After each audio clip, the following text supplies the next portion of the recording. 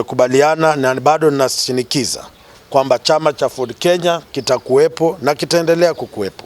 Chama cha Ford Kenya hakitavunjwa ama kuyeyushwa. Sisi tuko katika muungano wa serikali ya mapana, the broad base, na Mheshimiwa William Ruto, Mheshimiwa Raila Amolo Odinga na vyama vingine.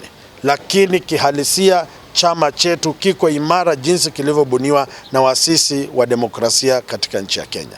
So mustakabali wa serikali ya mapana broad base, tuko pale kutetea Wakenya wote, na chama cha Ford Kenya ni chama cha kitaifa, sio chama cha makabila ama tabaka yoyote. Sisi ni chama cha kitaifa, ndio kwa sababu tumekutana na wanagatuzi wa Kisii kuzungumza yanayowahusu katika nchi ya Kenya. Tutakapopewa nafasi katika Senate na jumba la kitaifa ni kutetea Wakenya ili waweze kujihisi kama Wakenya ambao wanatoa ushuru kama Wakenya wengine. Tunashukuru Mheshimiwa Rais kwa kazi ambayo anafanya ili kuboresha maisha ya wananchi wa Kenya. Lakini vile vile tunaendelea kujiandaa katika mchakato wa kura za 2027 pale ambapo chama kitakuwa na wapeperushaji bendera kutoka viti vyote ambavyo vitatangazwa na tume huru ya uchaguzi.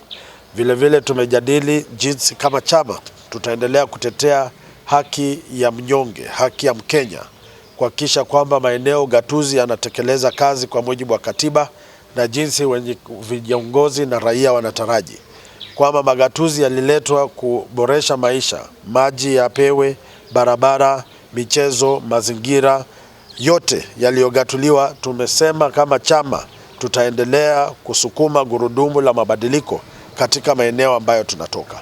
Vile vile tumejadili kwamba chama tutakuwa tunawasajili wanachama wapya, kwa sababu chama ni wafuasi, chama ni wana mchakato, wana demokrasia.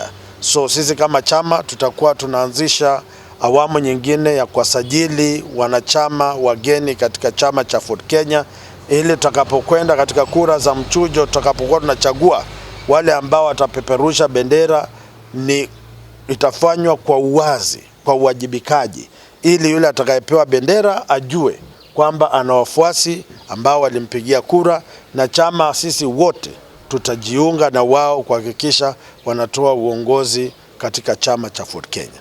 Na kitu tumeongea siku ya leo ni kuwa kwa 45 wards za Kisii County tutaweka candidates, so those candidates who are willing to join the political party Ford Kenya tumeopen wa join, so that we are going to fill all the candidates of 45 wards. 9 constituencies we are going to put MP aspirants, 1 governor, senator, and also the office of the women.